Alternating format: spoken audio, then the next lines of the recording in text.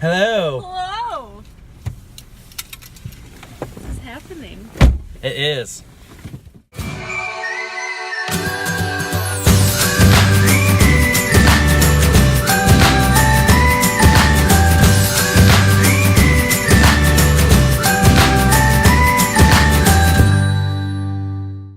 Welcome to Counselors and Coffee. Yeah, thanks.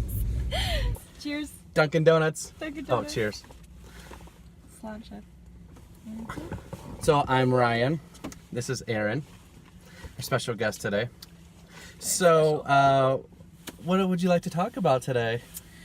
Well, not too long ago, you had asked me, what are some things that I wish that had been taught to me or advice that had been given before I stepped into the field. Field of counseling. The field of counseling. Okay. Well, I'm a social worker, so I kind of see it through that perspective. Gotcha. And so I've been trying to think of more in general, just kind of counseling.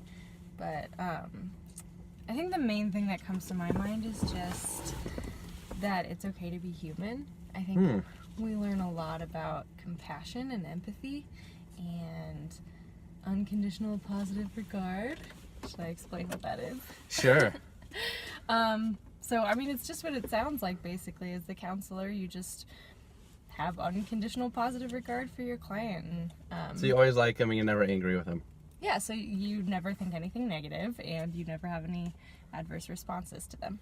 Not real. Sorry. It's Allergies. okay. Bless you. Do you need a tissue? I'm good.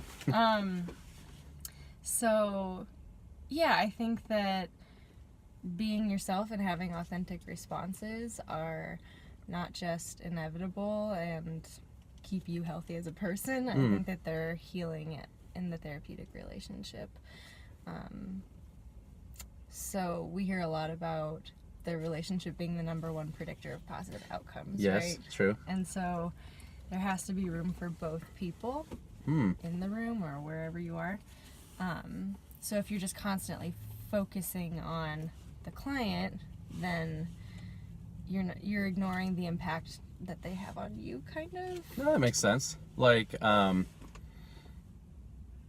well, in school we learn about the evils of Countertransference.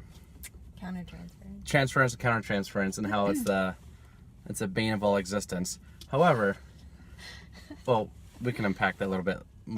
I think you can set my thoughts on that. Yeah. But it's like, yeah, if there's two people in a relationship, counseling relationship, and there's zero countertransference, then it's like, is it really a relationship? Right, I know. And I feel like in my program we started to talk a little bit more about how countertransference isn't evil, it's just something you really have to be aware of. But even then it was still like, be aware of the countertransference and check it, which, you know, there's some degree of that, of not, I don't want to say overreacting, but just like reacting from a very selfish place. And I don't know, I think it's also still very useful to have your own irritations and to let that be present in the room. Yeah. Because people need ultimately positive feedback about, or just feedback in general about how other people experience them. Yeah. Well, I think of like, so when this counseling, I'm an LPC, by the way, different than a social worker. Licensed professional counselor. And I can't bill for hardly anything because apparently I'm unqualified government. Anyway. I still can't either. So. Well, when you're licensed. Eventually. What was I saying?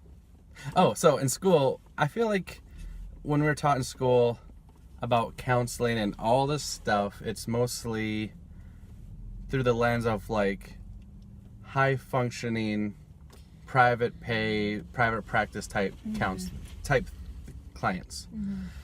And for the majority of us, I feel like that's not going to be the thing. I mean, we may go into private practice, but most of us are going to go into a community center at some point, and slash nonprofit, which means usually not as high functioning Right. and higher needs. how is working with them different from working with, like what school told us we'll be working with? I mean, they pull you down to earth real fast. Like, I don't think that they let you get away with anything. Like, if you're trying to use tricks or techniques or anything, like, they see through that very quickly.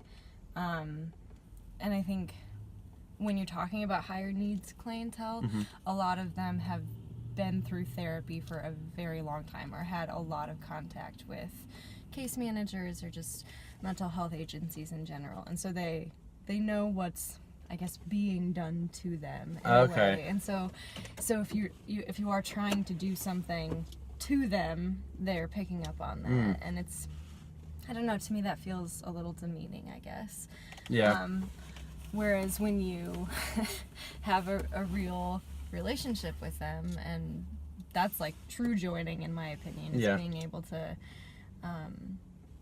tell people when you're frustrated with them or when you're having a bad day, or, you know, then that's more therapeutic, because they know that you're not lying to them, or they can trust. I guess they can just trust a little bit more easily. Like their BS meter's a lot stronger. Oh my gosh, yes. I also wonder if part of it is, so, like, some of the schizophrenic, paranoid, schizoaffective, those, like, all those types of clientele working with, because of that disorder, how they've gotten through life, their social interactions are a lot different. So I think that they'll call you on stuff because they won't see it as rude. Whereas if I'm, like, I've done private practice and I'll say something and maybe it's off or something, but a lot of times they'll just go along with me. They never told me because they didn't want to be rude. Right. Whereas some of the other higher need clientele, they won't worry about being rude. They don't see it as rude. They'll just say the things. So they'll be honest with you and they'll bring you down to earth. Yeah, it's almost like, which makes sense given their lifestyles, that there's a greater sense of urgency about, like, I'm not going to mess around. Because I got time for this. Right, yeah. And I mean, when I say their lifestyles, I mean, like, a lot of homelessness and poverty and just legal issues and all the things that keep people constantly moving, you know? Yeah. Yeah. Things that you wish you learned in school. We can also edit, by the way. So if I have my brain freezes, I can just cut it out or leave it in to be real. I don't know why I'm doing this with my fingers. Because I think I did. Cut. What did they teach you in school in regards to work-life balance versus reality? Okay. So the whole self-care thing is a bit of a trigger for me. I think that we talk about it a lot, and I think that there's a lot of pressure that goes along with it. Like, in school or real life? In school. Okay. I mean, I'm just sussing out real life. I'm only like 7 months into this. But yeah, in school, I think there's a lot of pressure to establish your self-care routines and make sure that you're integrating that into your life, because once you step out into the workforce, it's going to be much harder to maintain those things if they're not already in place. I think it's very shaming. It can be, just in terms of, you should be doing those things, and if you burn out and have compassion fatigue, it's your fault for not setting those things in place. But, like, meanwhile, we don't really care about your time, and we're going to give you as many things as you can, more than you can possibly handle. And, you know, but at the same time, you have to be getting massages and taking baths and doing yoga, and, like, that's another thing, is that I remember specific conversations about, well, what's self-care? This isn't self-care, this is. And this isn't self-care, and this is. And it's like, well, really self-care is whatever helps bring you back to you, and to the earth and to the ground. And I've just been thinking a lot about how privileged that is to tell certain people what counts as self-care. You know, like what. Oh, interesting. Right? Like self-care. So on that topic, my wife actually, she sent me a message about what self-care, and said self-care is not always bubble baths and wine and music. It is getting your taxes done on time, so you don't freak out, so you don't have to pay extra. It is prepping your meal the night before so you can just wake up and go to work so you're not late to work. It's all these life things that we don't think about, and that's all part of it too, but it's actually, what do you need to get through life well? Yeah.